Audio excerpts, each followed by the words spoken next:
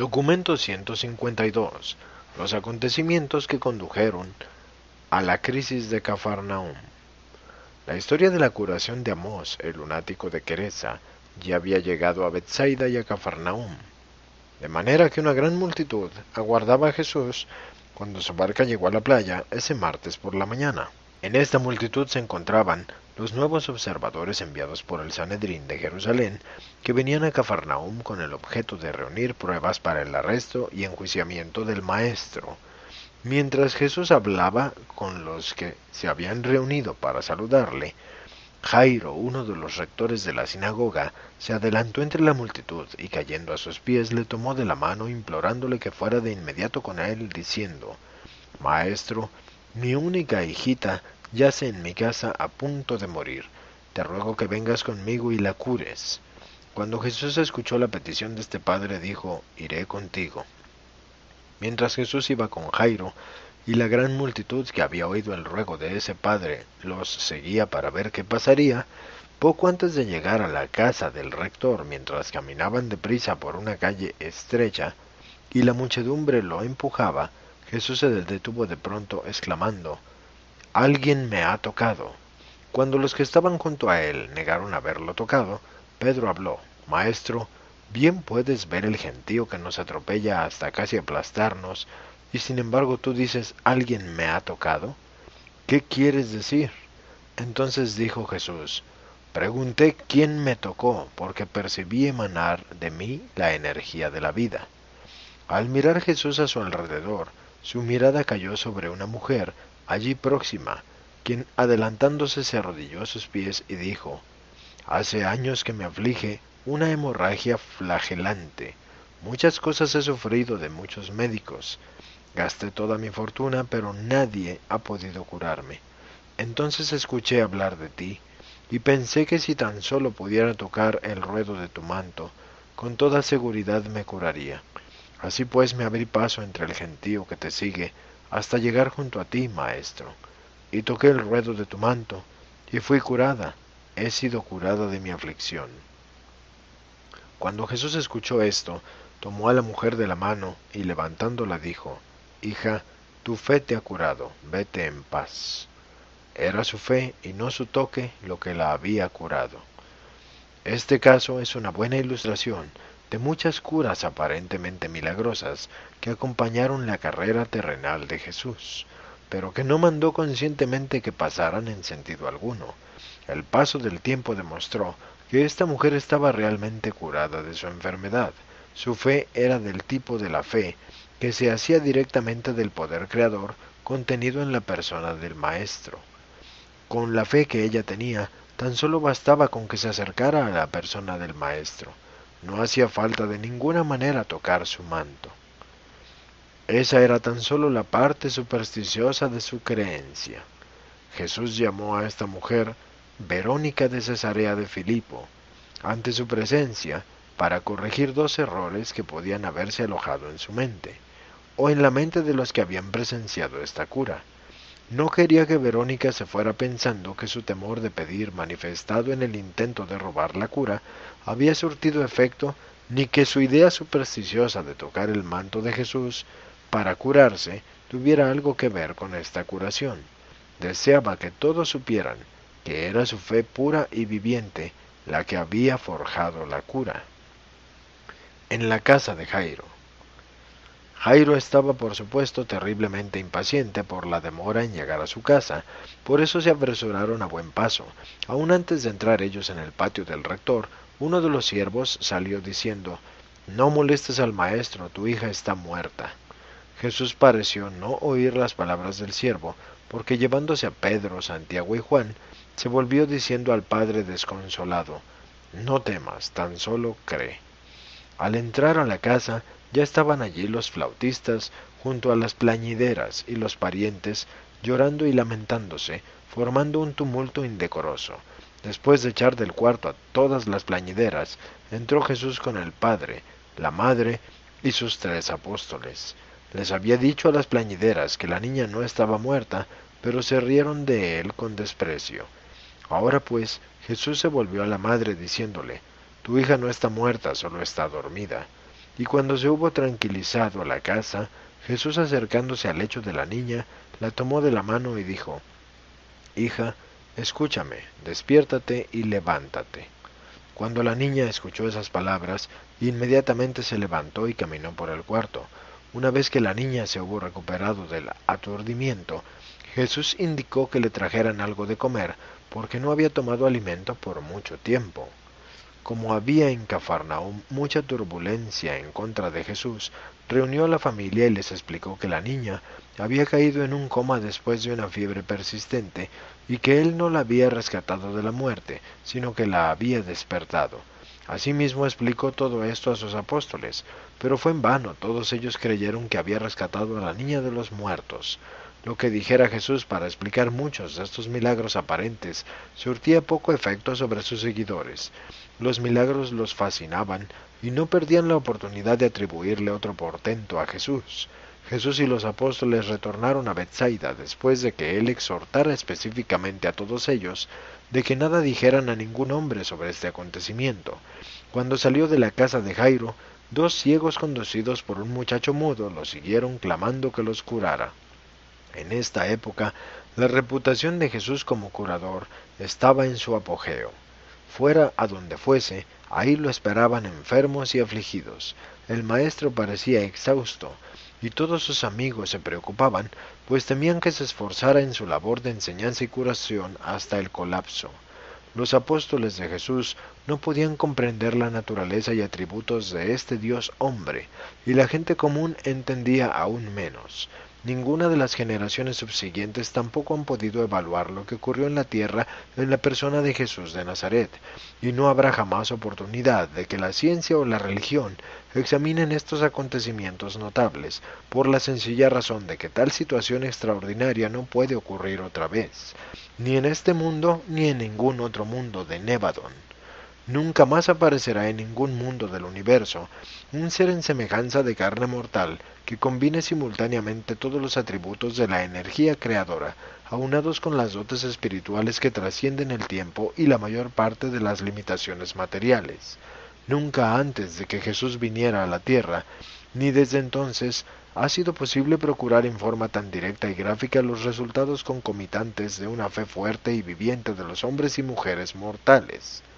Para repetir estos fenómenos, sería necesario que llegáramos ante la presencia inmediata de Micael, el Creador, y lo halláramos tal cual fue en aquellos días el Hijo del Hombre. Del mismo modo hoy en día, por su ausencia, tales manifestaciones materiales no son posibles. Debéis evitar imponer cualquier tipo de limitación sobre la posible manifestación de su poder espiritual. Aunque el Maestro esté ausente como ser material, está presente como influencia espiritual en el corazón de los hombres.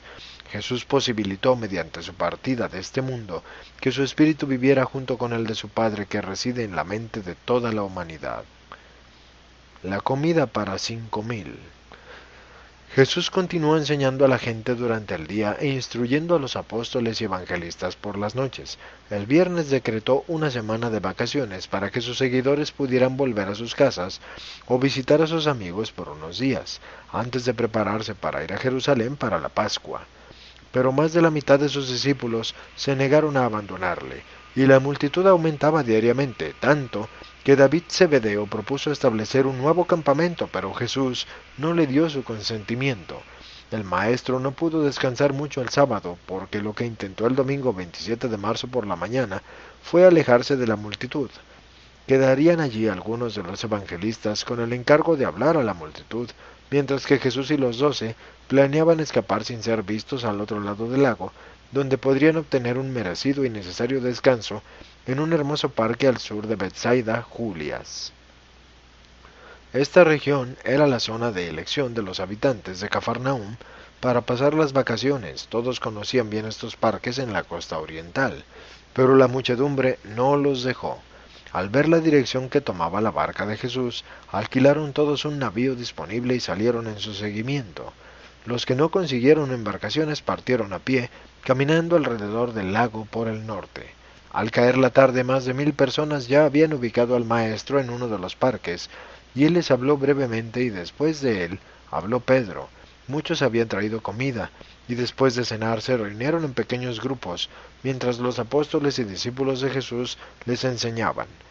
Para el lunes por la tarde la multitud había aumentado a más de 3.000 personas, y todavía hasta bien entrada la noche seguía llegando gente trayendo cantidades de enfermos de todo tipo.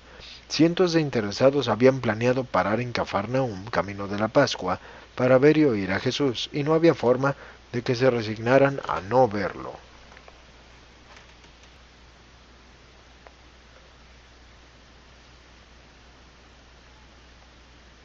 Para el mediodía del miércoles se encontraban reunidos unos 5.000 hombres, mujeres y niños en este parque al sur de Bethsaida Julias. El tiempo estaba agradable, siendo casi el fin de la temporada de lluvia en esta región.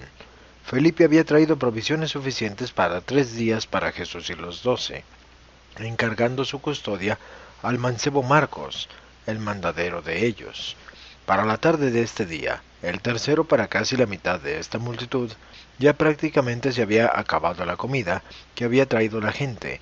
David Zebedeo no contaba aquí con una ciudad de tiendas que pudiera alimentar y cobijar a las multitudes. Tampoco había provisto Felipe alimentos para tan grande multitud, pero la gente, aunque hambrienta, no se iba. Se rumoreaba en voz baja que Jesús, deseando evitar problemas tanto con Herodes como con los líderes de Jerusalén, había elegido este lugar tranquilo, fuera de la jurisdicción de todos sus enemigos, considerándolo el sitio adecuado para ser coronado rey. El entusiasmo de la gente aumentaba de hora en hora. Nadie dijo una sola palabra de esto a Jesús, aunque por supuesto él sabía todo lo que estaba pasando. Hasta los 12 apóstoles estaban contaminados por estas ideas, y los evangelistas más jóvenes todavía más. Los apóstoles que estaban a favor de la idea de proclamar rey a Jesús eran Pedro, Juan, Simón el Celote y Judas Iscariote. Los que estaban en contra de este plan eran Andrés, Santiago, Natanael y Tomás, Mateo, Felipe y los gemelos Alfeo no tenían opinión decidida. El cabecilla de esta conspiración para coronarlo rey era Joab, uno de los jóvenes evangelistas. Esta era pues la situación a eso de las 5 de la tarde del miércoles, cuando Jesús pidió a Jacobo Alfeo que llamara a Andrés y Felipe. Dijo Jesús: ¿Qué vamos a hacer con la multitud? Ya hace 3 días que están con nosotros y muchos entre ellos tienen hambre. No tienen comida. Felipe y Andrés se intercambiaron una mirada, y entonces Felipe contestó: Maestro, deberías despedir a esta gente para que vayan a las aldeas cercanas y se compren alimentos.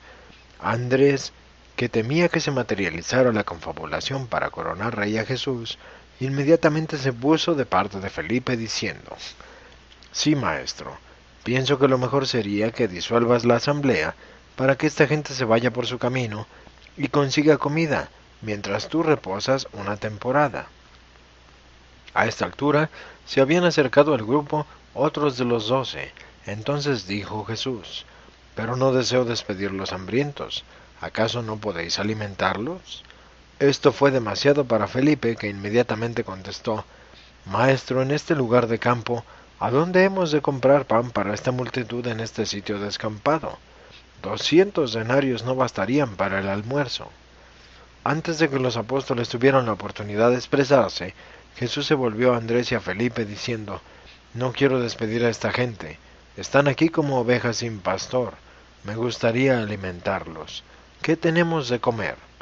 Mientras Felipe conversaba con Mateo y Judas, Andrés llamó al mancebo, Marcos, para determinar cuánto quedaba de sus provisiones.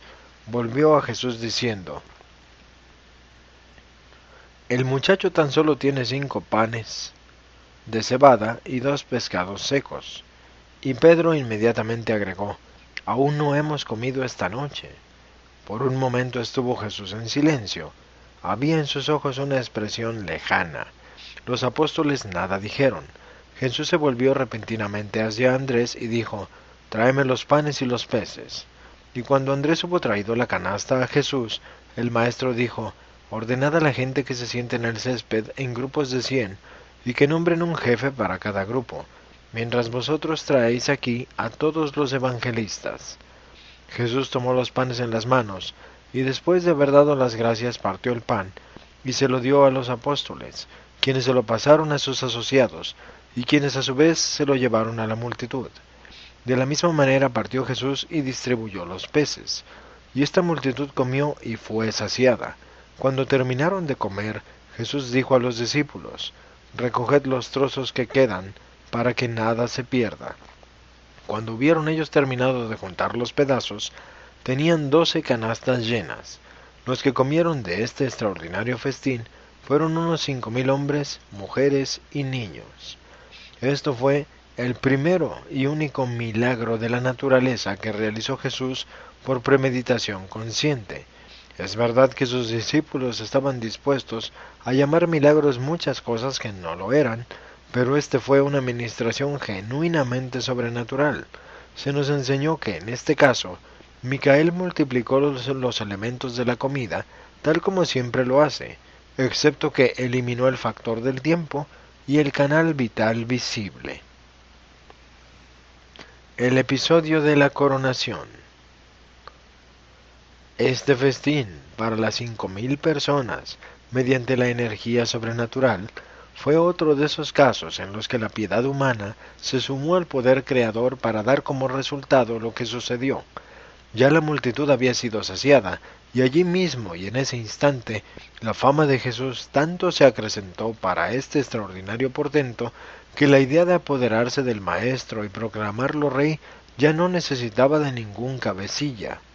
La idea pareció propagarse como un contagio entre la muchedumbre. La reacción de la multitud ante esta satisfacción repentina y espectacular de sus necesidades físicas fue profunda y sobrecogedora. Por mucho tiempo a los judíos se les había enseñado que el Mesías, el hijo de David, cuando viniera, inundaría la tierra nuevamente con leche y miel, y que el pan de la vida llovería sobre ellos, como había supuestamente caído el maná del cielo sobre sus antepasados en el desierto. ¿Acaso todas estas expectativas no habían sido plenamente satisfechas ante sus ojos?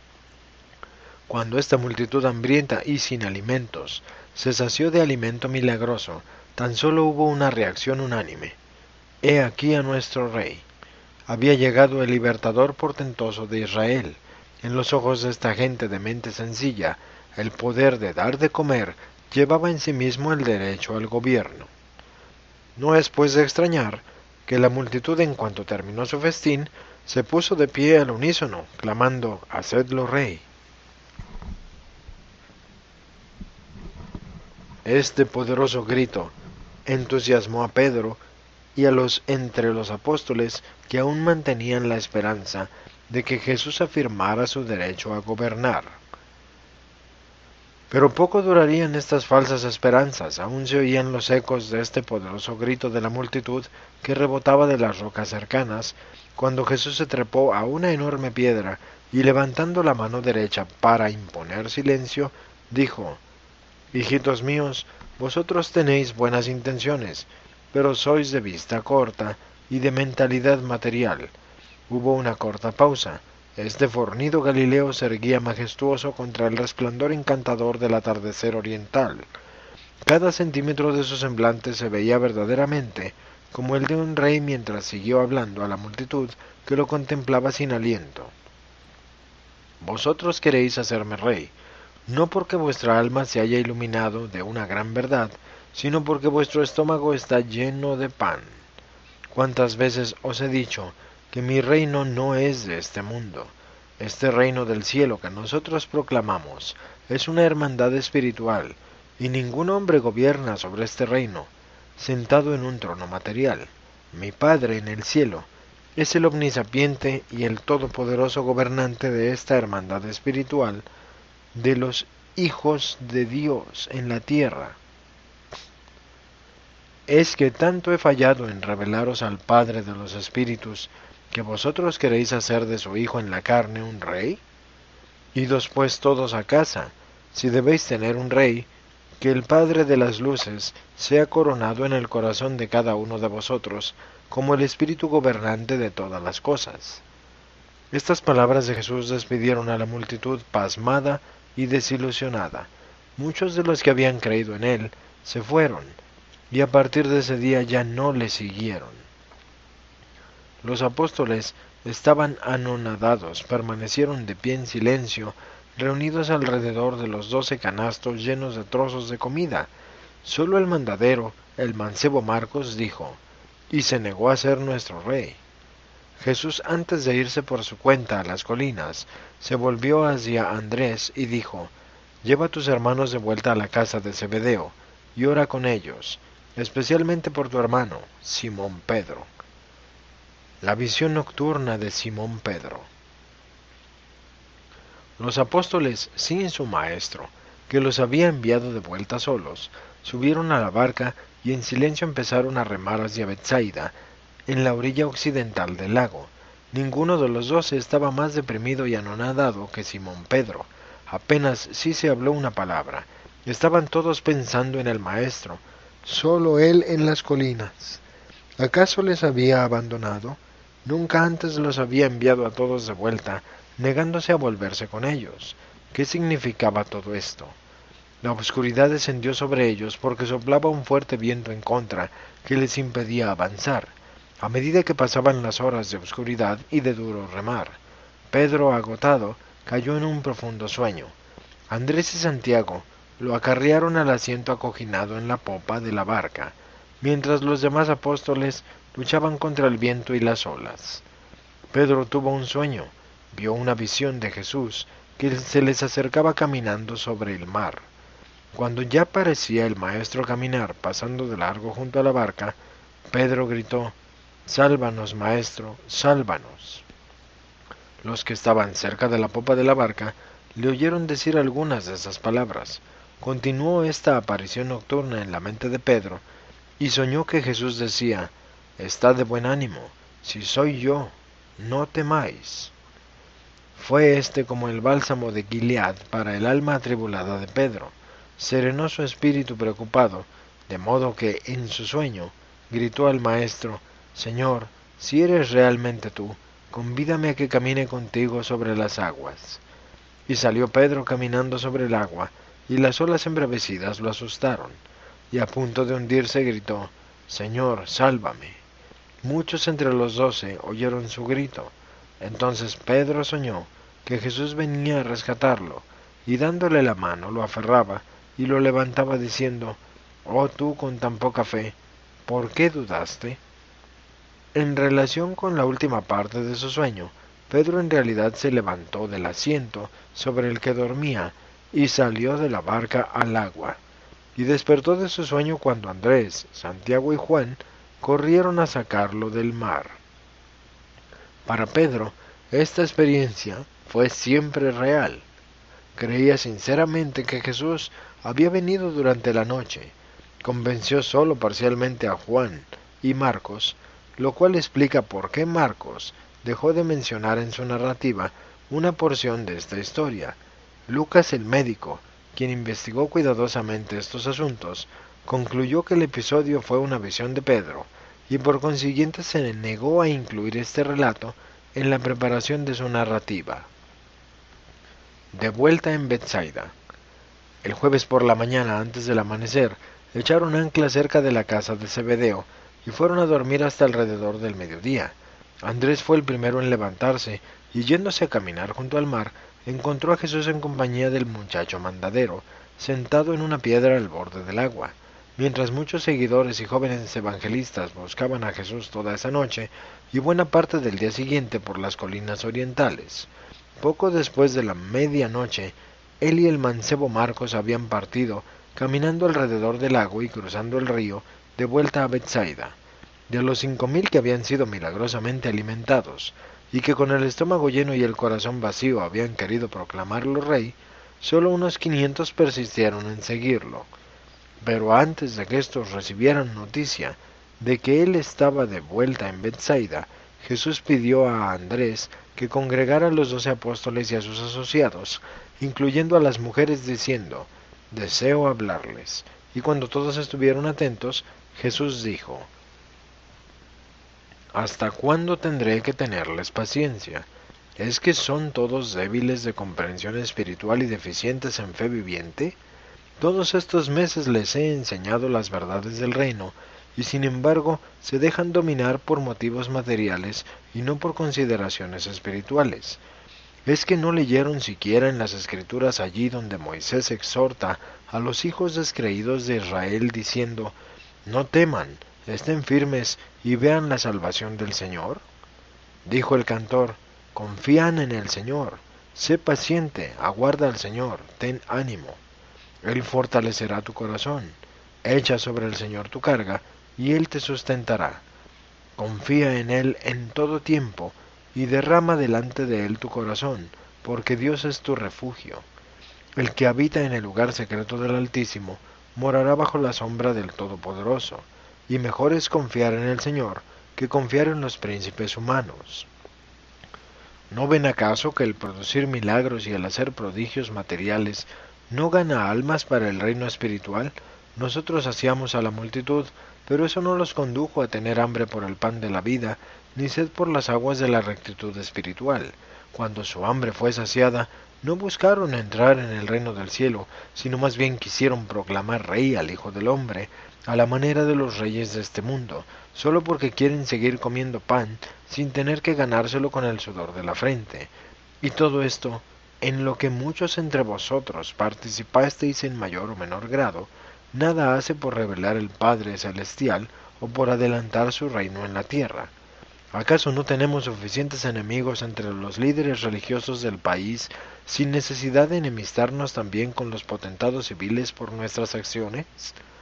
Oro porque mi Padre unja a sus ojos para que puedan ver y abra sus oídos para que puedan oír, para que lleguen a tener la fe plena en el Evangelio que yo les he enseñado. Jesús anunció luego que deseaba retirarse por unos días para descansar con sus apóstoles antes de aprontarse para ir a Jerusalén para la Pascua, y prohibió a los discípulos y a la multitud que lo siguieran. Así pues, se embarcaron a la región de Genesaret para reposar y dormir. Jesús se estaba preparando para la gran crisis de su vida en la tierra, y por lo tanto pasó mucho tiempo en comunión con su Padre en el cielo. La nueva de la comida a los 5000 y del intento de coronar a Jesús despertó gran curiosidad y aumentó el temor de los líderes religiosos y de los gobernantes civiles a lo largo y a lo ancho de Galilea y Judea. Aunque este gran milagro nada hizo en pos del adelanto del Evangelio del Reino en las almas de los creyentes, con predilecciones para los bienes materiales y reservas, sirvió el propósito de poner fin a las ansias de milagros y pretensiones regias de la familia inmediata de Jesús, o sea, sus apóstoles y discípulos más íntimos. Este episodio espectacular puso fin a la primera etapa de enseñanza, entrenamiento y curación, preparando así el camino para la inauguración de este último año de proclamación de las fases más altas y más espirituales del nuevo Evangelio del Reino, filiación divina, libertad espiritual y salvación eterna. En Genesaret. Mientras reposaba en la casa de un rico creyente de la región de Genesaret, Jesús mantuvo conferencias casuales con los 12 todas las tardes. Los embajadores del reino formaban un serio, sombrío y abatido grupo de hombres desilusionados, pero aún después de todo lo ocurrido, tal como lo indicaron los acontecimientos subsiguientes, estos 12 hombres aún no se habían librado completamente de sus ideas heredadas y largamente acariciadas sobre la llegada del Mesías judío. Los acontecimientos de las pocas semanas anteriores habían ocurrido demasiado rápidamente como para que estos sorprendidos pescadores pudieran comprender su pleno significado. Se necesita tiempo para que los hombres y las mujeres cambien radical y ampliamente sus conceptos básicos y fundamentales de conducta social, actitudes filosóficas y convicciones religiosas. Mientras Jesús y los 12 estaban descansando en Genesaret, las multitudes se dispersaron, volviendo algunos a sus hogares, mientras que otros se dirigían a Jerusalén para la Pascua. En menos de un mes, los seguidores entusiastas y abiertos de Jesús, que contaban más de 50.000, tan solo en Galilea, se redujeron a menos de 500. Jesús deseaba que sus apóstoles tuvieran esta experiencia de cuán efímera es la aclamación popular para que no se dejaran tentar por estas manifestaciones de histeria religiosa transitoria cuando Él los dejara solos en el trabajo del reino, pero tan solo tuvo un éxito parcial en este esfuerzo. La segunda noche de su estadía en Genesaret, el maestro nuevamente relató a los apóstoles la parábola del sembrador y agregó estas palabras: Como podéis ver, hijitos míos, el llamado a los sentimientos humanos es transitorio y totalmente descorazonador. Apelar exclusivamente al intelecto del hombre es práctica igualmente vacía y estéril. Solo si apeláis al espíritu que vive dentro de la mente humana, podéis esperar éxito duradero, realizar esas maravillosas transformaciones del carácter humano que efectivamente se manifiestan en abundantes frutos genuinos del espíritu en la vida diaria de todos los que así son liberados de las tinieblas de la incertidumbre por el nacimiento del espíritu en la luz de la fe, el reino del cielo. Jesús enseñó que apelar a las emociones constituye una técnica para captar y enfocar la atención intelectual. Consideró una mente así despertada y estimulada como la puerta del alma, allí donde reside esa naturaleza espiritual del hombre que debe reconocer la verdad y responder al llamado espiritual del Evangelio para producir resultados permanentes de verdaderas transformaciones de carácter. Así Jesús intentaba preparar a los apóstoles para un inminente cataclismo, la crisis de la actitud pública hacia Él, que se desencadenaría en unos pocos días. Explicó a los 12 que los dirigentes religiosos de Jerusalén conspirarían con Herodes Antipas para tramar su destrucción. Los 12 comenzaron a comprender mejor, aunque no del todo, que Jesús no se sentaría en el trono de David. Vieron más plenamente que la verdad espiritual no progresaba mediante portentos materiales.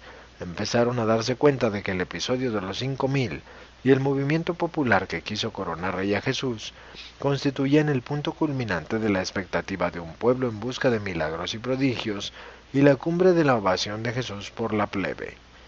Vagamente discernían y a duras penas anticipaban los tiempos de sacudida espiritual y de adversidad cruel que se les aproximaban.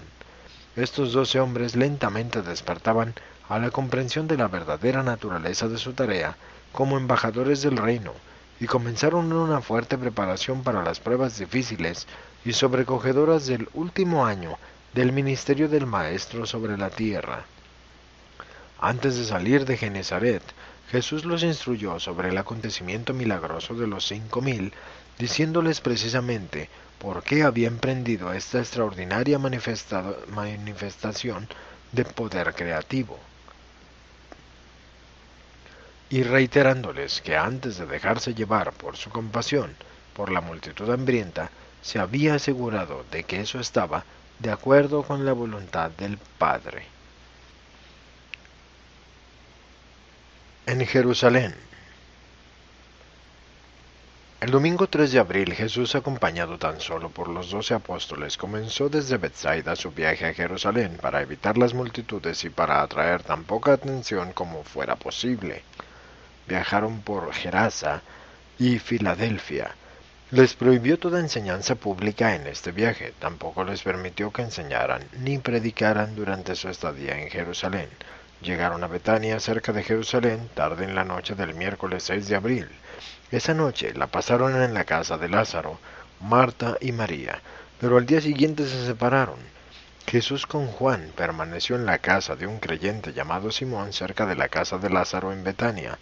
Judas Iscariote y Simón el celote pararon con amigos en Jerusalén, mientras que el resto de los apóstoles residió de dos en diferentes casas.